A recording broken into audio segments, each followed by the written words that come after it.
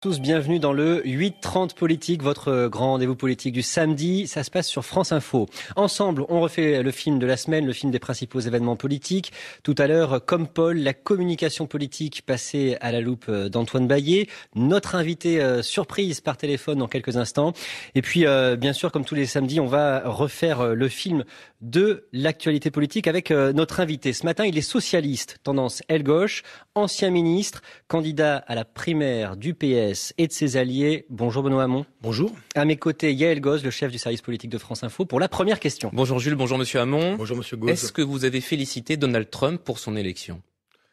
Non, je l'ai pas félicité directement. Il y a eu un suffrage parfaitement démocratique, donc il y a un vainqueur légitime maintenant. C'est pas celui que je souhaitais. Mais il est désormais président des États-Unis d'Amérique et je pense que l'Amérique survivra quand même à Donald Trump. En tout cas, Marine Le Pen l'a félicité. Il y avait même des frontistes dans la Trump Tower mardi soir et elle se sent pousser des ailes. Marine Le Pen, c'était mercredi soir sur France 2. Je pense que ça permet de comprendre que l'on peut rendre possible ce qui est présenté comme étant impossible, car ce que le peuple veut, le peuple le peut. Cette référence permanente au peuple, entité abstraite, est-ce que ça vous dérange, Benoît Hamon ?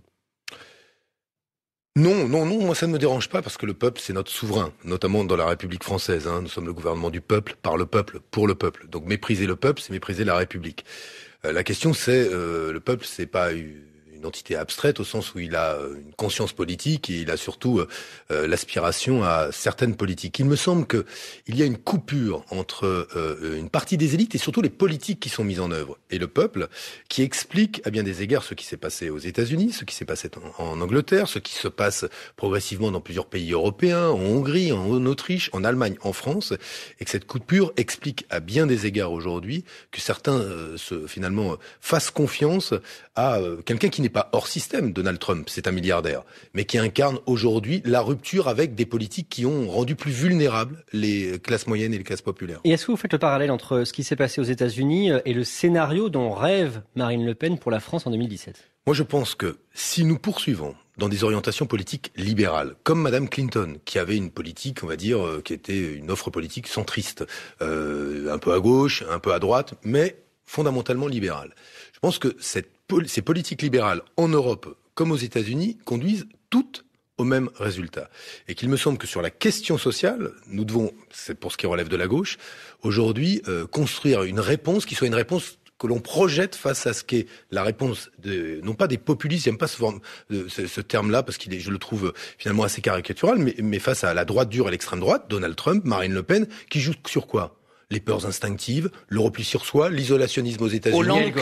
Hollande, Clinton, même combat pour vous. C'est un Clinton français. Je pense que c'est aujourd'hui la même orientation politique, c'est-à-dire qu'il y a une forme de déni de la réalité sociale, d'un creusement des inégalités, d'une aspiration aujourd'hui à du progrès social, à être moins vulnérable qu'on ne l'est aujourd'hui. Vous n'êtes pas un Clinton, vous, Benoît Hamon, vous, apparatchik du PS, biberonné à Solferino, passé au gouvernement ? Mais on appartient au système, et j'en suis parfaitement conscient, dès lors qu'on exerce des responsabilités politiques, la question c'est, aujourd'hui, dans les orientations qu'on défend, a-t-on pris conscience des ruptures en cours dans notre modèle de développement, dans l'épuisement de notre modèle démocratique, dans le fait qu'aujourd'hui, courir après un décile de croissance n'a pas de sens? A-t-on pris conscience de ça ou pas? Moi, je considère aujourd'hui qu'il faut mettre en œuvre des politiques qui sont en matière de progrès social radicalement différentes de ce qui a été fait auparavant. Donc le problème, c'est pas un système à travers les personnes, ça on peut le dire, ou le système ce serait que les partis, c'est une politique. Les politiques libérales qui s'en réclament aujourd'hui, que l'on soit social-libéral, libéral exalté ou pas, il y en a. Il y a Emmanuel Macron, François Hollande, Alain Juppé, et puis il y a ceux aujourd'hui qui pensent qu'il faut rompre avec ces politiques-là, et depuis longtemps. Moi j'ai voté non au traité constitutionnel européen. Effectivement, et Yael, ce qui est sûr, c'est que cette élection marque un tournant. Et ça pose beaucoup de questions. Sondage Odoxa France Info, 76% de Français mécontents de l'élection de Donald Trump, 80% qui pensent que ça va changer le monde, et 66% que c'est Marine Le Pen qui pourra le mieux s'entendre avec Donald Trump. Même François Hollande pèse ses mots, c'était mercredi midi sur le perron de l'Élysée. Cette élection américaine ouvre une période d'incertitude.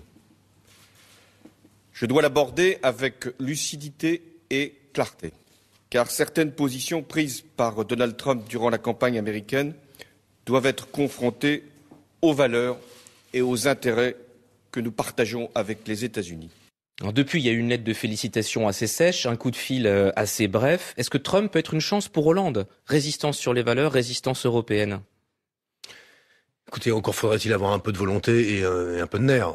Oui, effectivement, aujourd'hui, j'ai vu un très bel éditorial, je crois, dans un journal du soir qui disait Europe First. Effectivement, aujourd'hui, il faudrait que l'Europe se mette d'accord sur ce que sont les valeurs qu'elle veut protéger et les intérêts qu'elle veut protéger. On en est incapable. Pourquoi ? Parce que le principal pays qui donne le là, c'est l'Allemagne, et l'Allemagne a des intérêts qui ne sont pas ceux du reste des Européens, notamment parce que son premier client, ce sont les États-Unis.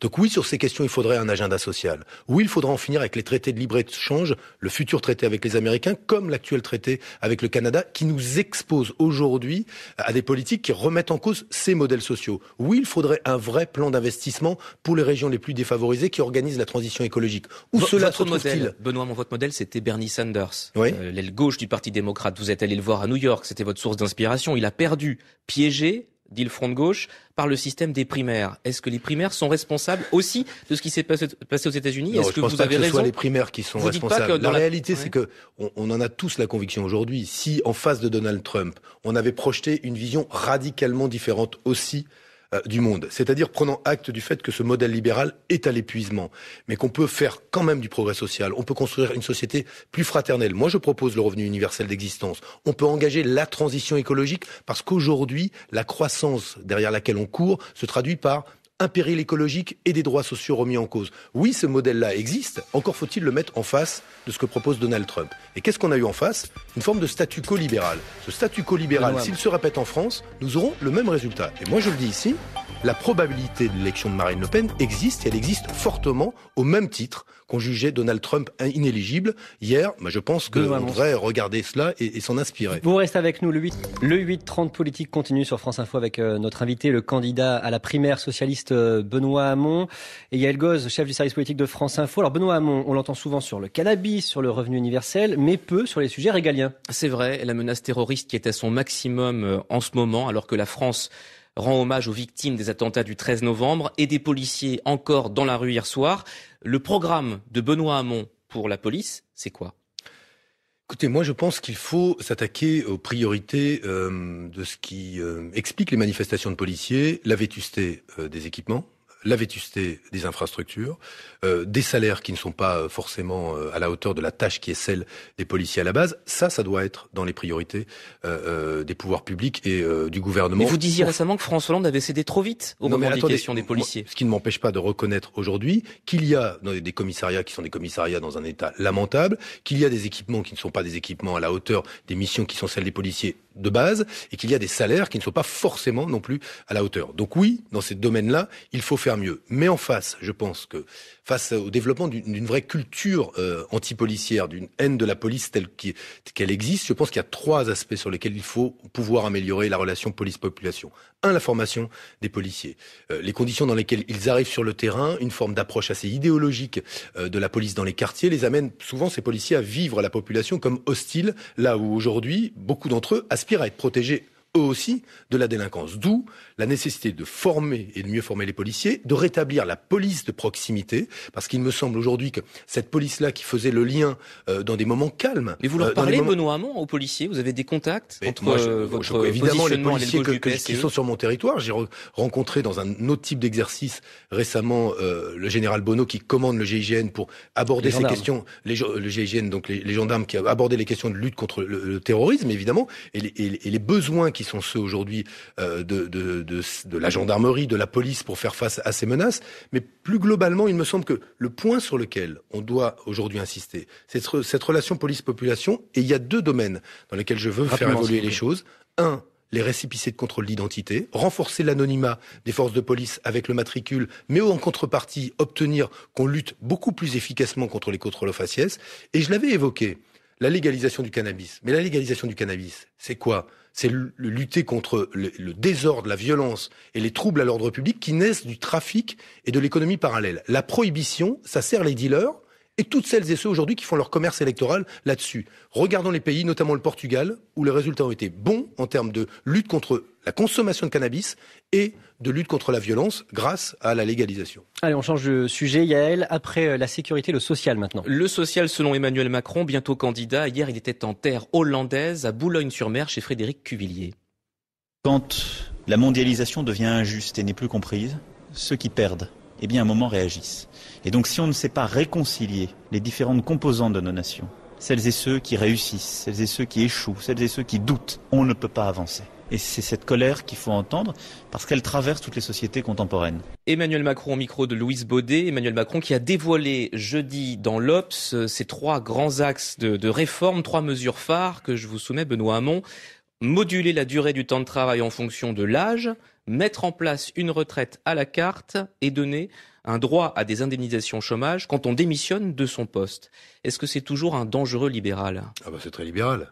Excusez-moi, remise en cause des 35 heures, retraite à la carte, qui c'est qui en profite le mieux, ceux qui sont les mieux équipés, les mieux protégés. Oui, c'est très libéral. En même temps, les indemnités pour ceux qui démissionnent, ça peut être intéressant pour les salariés. C'est une forme de protection. Oui. Moi, je pense qu'aujourd'hui, face à la raréfaction du travail, tout ce dont l'humanité a besoin aujourd'hui, on le fait avec de moins en moins de travail humain. Voilà, ça c'est la réalité, et ça continue. Eh bien, je pense qu'il faut mettre en œuvre ce revenu universel d'existence, qui est une protection qui vous donne de l'autonomie. Si demain, justement, vous passez d'un travail salarié, comme c'est votre cas, vers un travail indépendant, que vous voulez créer une entreprise, quelle est la protection qu'on vous donne pour justement être plus libre par rapport à ce travail ? Deuxième chose... La semaine de 32 heures, c'est possible avec Emmanuel Macron à 50 ans, la réduction du temps de travail, oui. elle est nécessaire, mais quand je vois qu'Emmanuel Macron dit aussi que la pénibilité, ça marche pas, il sait aujourd'hui que ceux qui ont un travail pénible meurent plus vite, ont une retraite plus courte, et on nous explique que tout ça, c'est une usine à gaz. Si vous voulez, vous avez là une des réponses dont moi je considère qu'elles incarnent effectivement ce système libéral qui me paraît à l'opposé de ce qui est nécessaire de faire. Il faut redonner de la possibilité aux personnes de pouvoir accueillir correctement un enfant en passant un temps partiel, d'accompagner une personne âgée dépendante quand c'est un parent, là aussi en passant un temps partiel. D'un mot, vous voudriez l'affronter, le revenu universel d'existence au sein de la primaire socialiste. Moi je souhaite qu'on puisse avoir un débat avec lui parce que je pense que dans la primaire socialiste. Oui, il incarne dans la primaire socialiste s'il en a le courage, mais il faut effectivement il faut avoir un débat qui soit un débat avec quelqu'un qui incarne une vision très, très libérale de l'avenir de la France et qui me paraît être à l'opposé des protections qu'il faut construire sans pour autant fermer la société française. Messieurs, je vous arrête. C'est l'heure du coup de fil surprise. Comme chaque semaine, notre rendez-vous surprise ce matin, c'est Laurent Baumel, le bras droit d'Arnaud Montebourg, qui vous écoute et qui vous regarde. Benoît Hamon, il a une question à vous poser. Oui, bonjour Benoît Hamon. Bonjour Yael Gauze. Dans quelques semaines, nous aurons une primaire avec, pour représenter le bilan gouvernemental, sans doute François Hollande ou Manuel Valls. Et en face, pour le moment, nous avons 3 ou 4 candidats de l'alternative, Arnaud Montebourg, Benoît Hamon, Marine Wallingman et Gérard Filoche. 4 candidats qui ont entre eux évidemment des nuances, qui développent des thématiques un peu différentes, mais qui sont d'accord sur l'essentiel, qui ont combattu ensemble d'ailleurs la politique budgétaire et rapidement, fiscale. Laurent Baumel, la question. La loi Macron, la loi travail. Alors ma question, puisqu'il faut aller vite, c'est la suivante.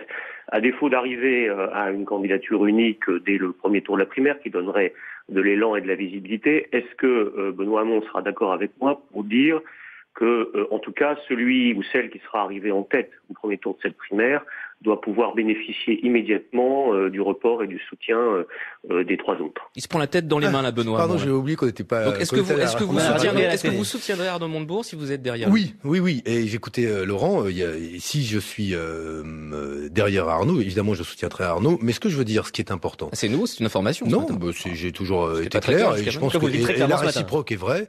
Et il n'y a pas de souci là-dessus. Mais être en désaccord avec François Hollande, ça fait pas une politique.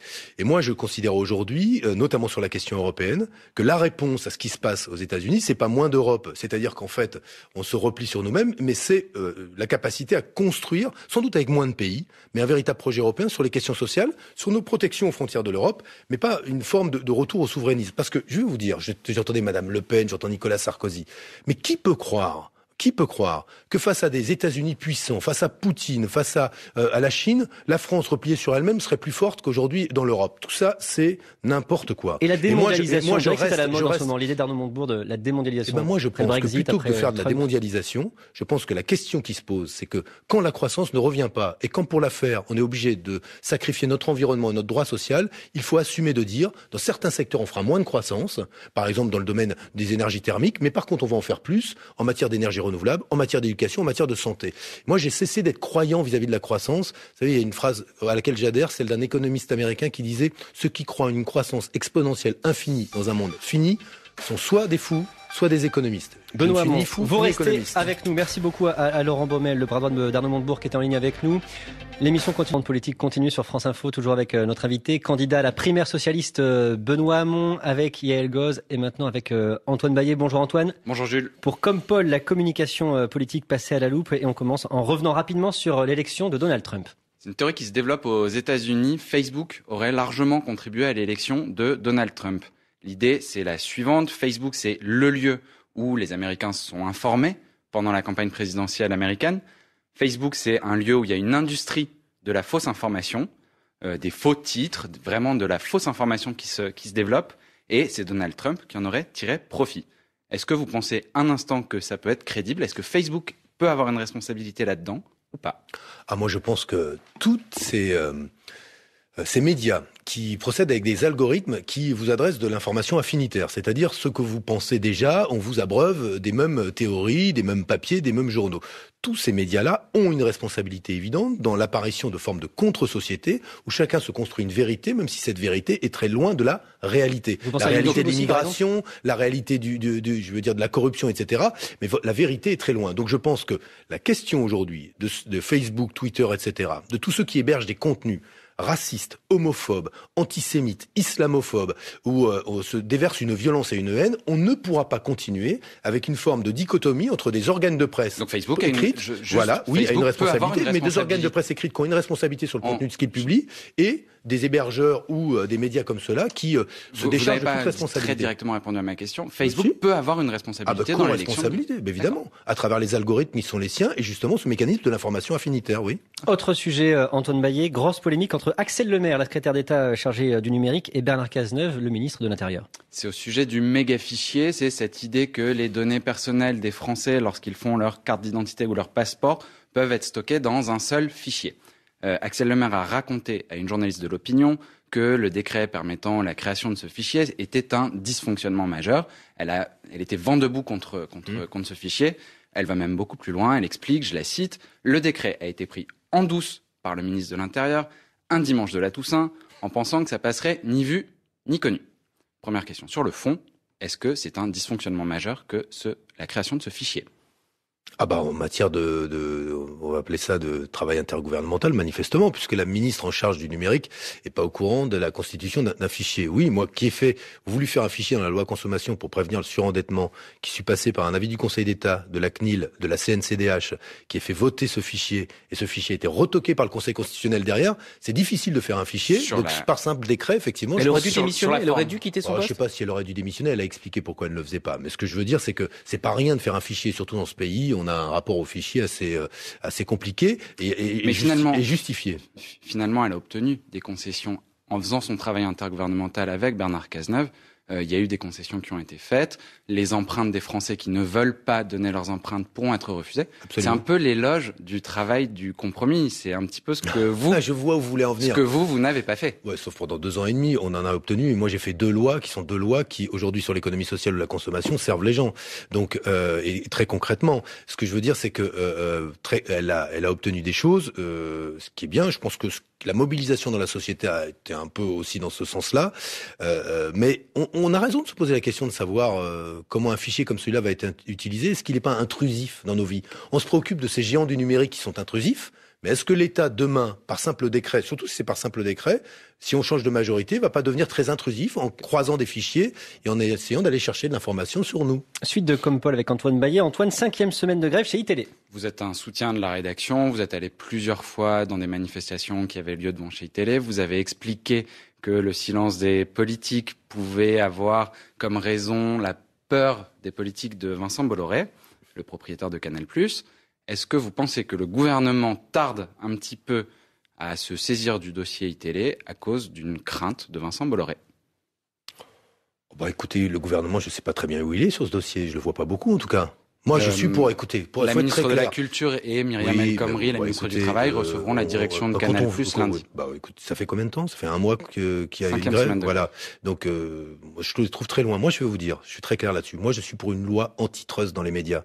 Je pense qu'aujourd'hui, la propriété d'un certain nombre de médias par des grands groupes, on voit où ça mène, c'est que ça pèse sur la ligne éditoriale. Ce qui est en cause avec iTélé, c'est ça fondamentalement. Des journalistes disent, nous ne serons plus libres sur notre ligne éditoriale. Donc, moi, je crois que face à des réalités comme celle-là, il faut des choix politiques. Et un choix politique clair, c'est une loi antitrust dans les médias. C'est vraiment le Bolloré vous pensez que le gouvernement n'a pas agi jusqu'à présent parce qu'ils avaient peur de Bolloré ? Je pense que Bolloré est très influent, c'est un capitaine d'industrie, comme on dit. Moi, je respecte le travail qu'il peut faire, mais honnêtement, ce qu'il fait à Canal+, et ce qu'il fait aux rédactions, non, ça, je ne l'accepte pas. Il y a clairement une méthode qui est d'une brutalité incroyable. Mais pourquoi est-ce qu'on est mezzo voce ? Parce que Bolloré, on dîne avec.